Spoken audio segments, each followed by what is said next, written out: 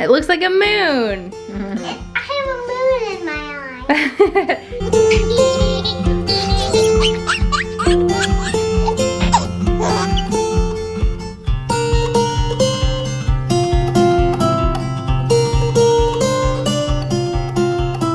It's Lala. How old is she, guys? How old's Lala?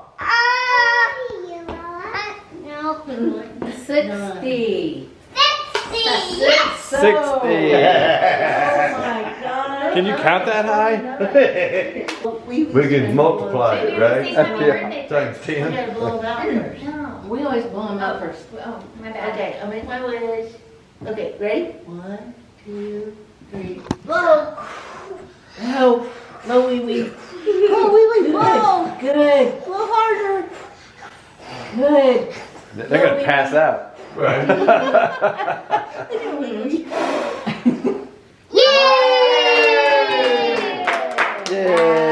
birthday. Are you ready for this? I'm ready. Okay. Mom's due for her checkup. Probably past due. Probably. Yeah. So I squeezed her into my busy schedule and we're gonna make sure her eyes are healthy. I normally have a technician that does some of the pre-testing, so I'm gonna try to muddle through as best I can. This is a really cool way to measure eye pressure. It's called the eye care. So some people remember, most people remember the puff of air. There we go.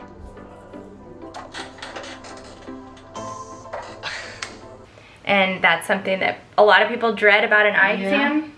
Not many practices still use the puff of air when we have better technology and just a little bit more reliable information, because with the puff of air, a lot of people anticipate it and strain, and we can get some falsely high readings on it. So I really like the eye care, and you can barely feel it. It just kind of very quickly applanates the cornea, and that gives us an eye pressure reading. Do you care if I talk about your history, your eyes? No, that's fine. Okay, so my mom, I have labeled my mom a glaucoma suspect because she has optic nerves that look a little bit suspicious to me. And I think, I can't remember what your eye pressure's been, but I can look that up in her chart once my computer boots up. So it's always important to get an annual checkup, even if you can see well, because glaucoma is something that can steal your vision without you realizing it until it's really bad. So eye pressures are a really important aspect of the eye exam. Hey Lyndle, do you want me to check your eye pressure? No, I didn't think so. Did you pick out your outfit today? Yeah, it's really cute. You have hearts on. And beautiful shoes. Cutie, cutie. Cutie patootie. Okay. Cutie patootie. So, I want you to just look straight ahead towards the mirror there and see if I can do this without totally blocking. And then eyes open. You're not gonna really feel anything.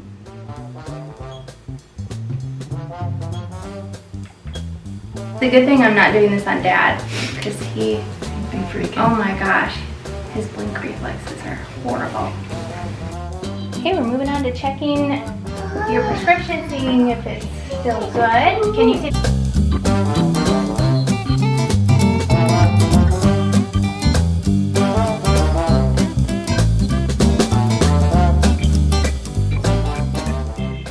Changing up the contact lens prescription. So I have my mom and something called monovision. What's in here? That's called LipiFlow. That is a really cool technology. Yeah, leave that alone. Don't touch that. Hello? Hi. So I have my mom in monovision. The old ones, thank you. Yeah. I have my mom in monovision contacts, meaning she has one eye that's for distance and one eye that's for up close, so she doesn't have to wear reading glasses with her contacts. There's a couple of ways to do that. One is monovision, one is just wearing distance contacts and putting reading glasses on over the top. And then my dad, I have in a multifocal contact lens, which some people love, some people hate. Some people love monovision, some people hate it. So it's kind of like a trial and error. And nothing's going to be as perfect as what your vision is with your glasses when you need that reading portion that's different. So this is our contact lens room, or one of them. We also have another closet downstairs, and these are all of our trials of different brands, dailies, monthlies, torics, multifocals. There's more in here. And then there's a whole closet downstairs of even more. Now that we have dailies, Like these are all one brand of dailies. They take up a lot of room because they're a daily disposable lens, meaning you change them literally every day and put in a fresh pair. So we do have a program where we recycle all the packaging for our patients, so that's pretty cool. So I wrote down the prescription I need, and I'm going to pull those trials for her. She needs this one, 75 at 180, and then for her left eye, she needs a minus 125 cylinder, so we're gonna do minus 350, minus 125 at 170, okay? And if you are, I'm getting Mama's contact lens trials. Okay, this will work better, Mom.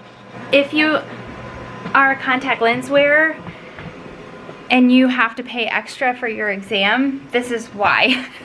Because a lot of thought has to go into what power you're gonna need, especially if you have astigmatism or a multifocal correction. There's a lot more involved in an exam when we're fitting you in a contact lens. And that's kind of the reasoning behind that fee that you probably get charged each year. So I know we have quite a few patients that are like, why do I have to pay extra just for doing contacts? That's kind of why, because there's much more involved in the exam.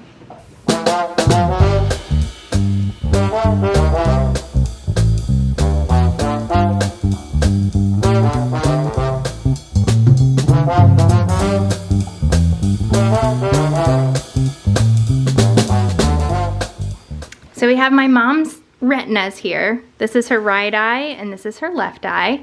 And I will zoom in here because she has some interesting things. So this is the optic nerve that corresponds to the nerve in the back of the eye that carries information to the brain. So we're looking at it on end.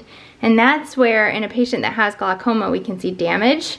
In glaucoma, this looks like a donut that's being eaten from the inside out. So like the whole inside the donut gets larger and larger. This is my mom's freckle. That's called a retinal nevus, and that's something we've been watching for a long time. I discovered it when I was in school practicing a technique on Mom's eyes and freaked out a little bit because I was like, I did not know you had a nevus in your retina. So we watch this every year and make sure. I don't think I knew that either. I don't. Dr. Yvonne told me that. So this is something that we watch just like freckles on our skin to make sure it's not growing or changing or looking suspicious, and it looks totally normal. You can also change to red free and it disappears, and that is important diagnostically to just make sure it's not anything scary. So everything looks good. Her eyes look healthy. Her optic nerves I think look fine. I'm not worried about glaucoma, even though we weren't able to get your eye pressures. So Where do I get some more ones? Lyndle June Engelbart's got some decent pictures of her eyes. This is her right eye. That one was a little bit more of a struggle, which is why we have sort of an abbreviated view, but looks super healthy. Those are your eyes, Lyndle. They're really big. They do look big on the computer, don't they? You have a little bit of a choroidal crescent in your eyes, which is cool. And your macula's healthy. And I have a moon in my eye. It looks like a moon. I have a moon in my eye. Tweet, tweet. That's your optic nerve. And it looks like you have a cilioretinal artery, which is an artery that supplies the macula, so that if you have a big artery occlusion, your vision will be spared. Your daddy has those too. Well, thank you, Dr. Engelbart. You're welcome. Very much. My pleasure. I did adjust Mom's prescription and she's seeing 20/20, both far away and up close. Doesn't get much better than that. That's amazing. All right, I will send you the bill. Okay.